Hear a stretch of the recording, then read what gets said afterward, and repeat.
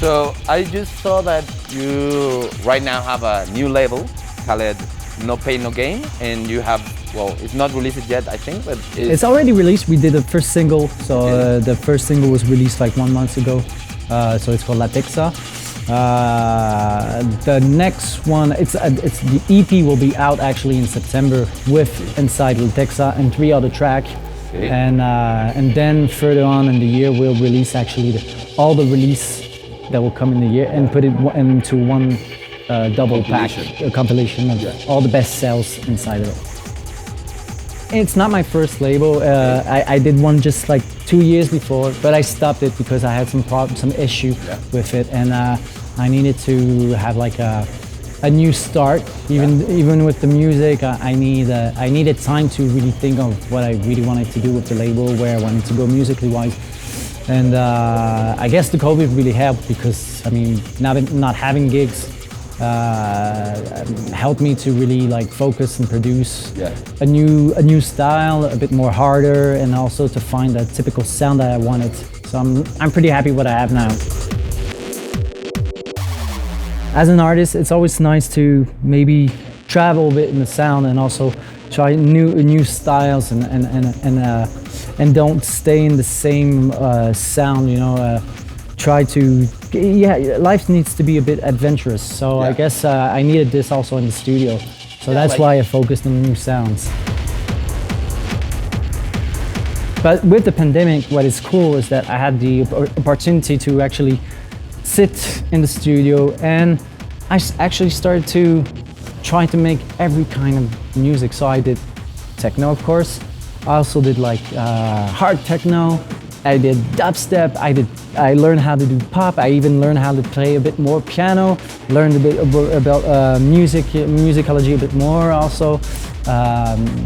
So everything helped me to create this new sound that I was looking for. And I'm been trying to do this since like 1 year, and when I sit on the studio, I have pretty much an idea of what I want to do. I'm like, oh, yeah, I heard like a track, let's say a pop song, and this part of the pop song that I really like, and I'm like, oh yeah, maybe I should integrate this idea into techno, and that's the process that I'm having right now.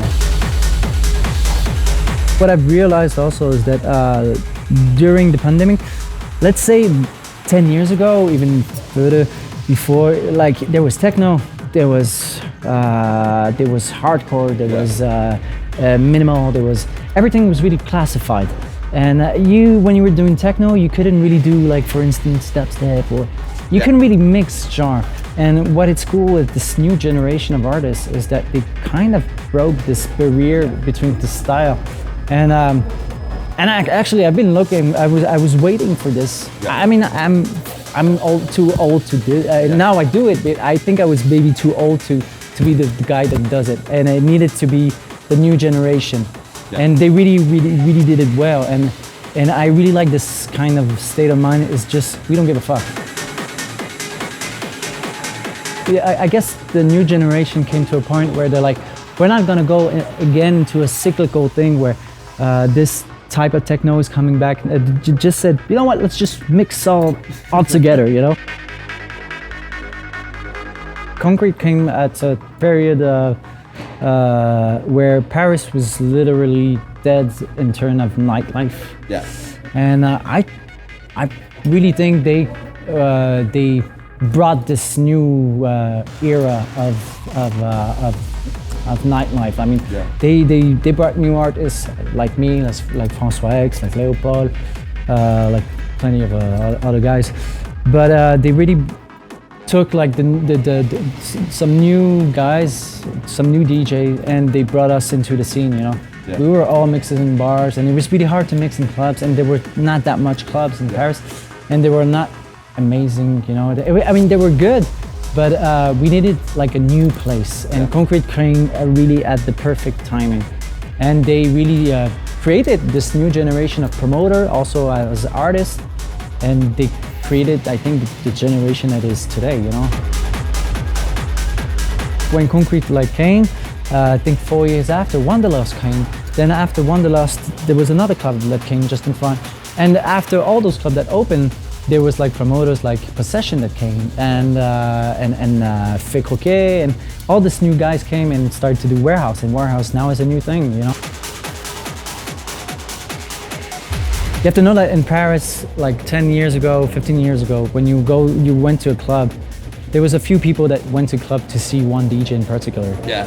Concrete came, the mentality started to change. People went to club to see a DJ, you know. Yeah. They don't go to club just to go to club. They went to see an artist. I mean, we have like French touch for several years. Then we had like the second wave of French touch that stayed for quite a long time till 2009. Yeah. And then we got a bit lost into different. There was no sound from Paris. Yeah. And I mean, nowadays there's a real sound from Paris, but it took almost 10 years to have a real sound from Paris. Yeah. It's the Warehouse sound. Yeah, we came. I'm not gonna say we came up with the Warehouse sound because it's fake. There'll be plenty of good guys that did before, but let's say that there was a big attraction with this kind of music, and they really took it as their own, you know. Yeah. And it brought it to another level. Paris is getting really hype with the nightlife. I mean, and it's great. I'm really happy about it, you know, because like I said, I'm pretty much not from the old generation. I'm from the middle generation, and I've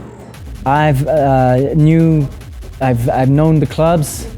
I've also known like the record shop that start to close one by one, and also saw the part where it was getting back, you know, and I never could expect what is happening now in Paris. That's also the main thing that happened like during those last 20 years is that the technology involved. And I mean, in the 90s, doing music was really expensive. You had to buy gear. And in 2000, it was even more expensive. Like around 2005, it started to be a bit expensive because it was a mixing between computers and analog gear. And analog gear started to be very expensive. I mean, buying a 909 was almost like 3,000 euro, you know? I mean, nowadays it's super expensive. But what is cool is that now everyone can do music. You just need a laptop and that's it.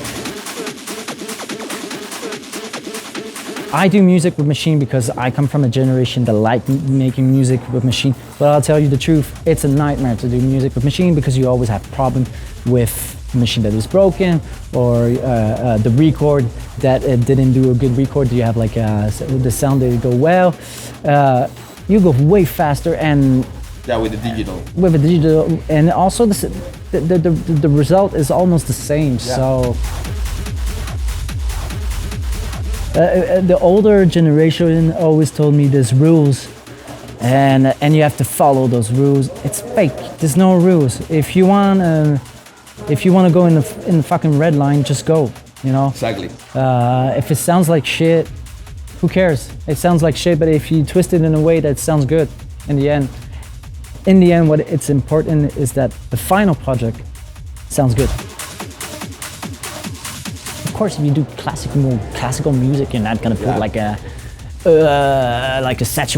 oversaturated sound onto a violin. And again, it depends what you want to do at the end. But if you're doing like typical classic music, you're not going to put this, of course.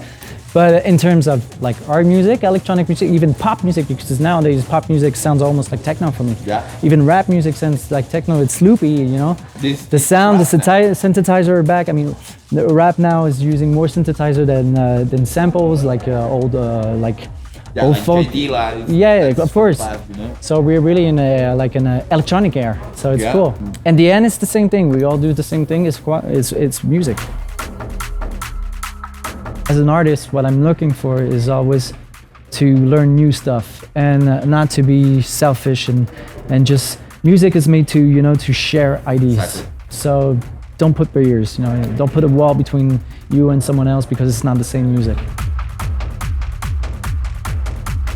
Techno for me was, the word techno is, you have it inside of it's technology, and technology evolves, and I guess it needs to evolve as well.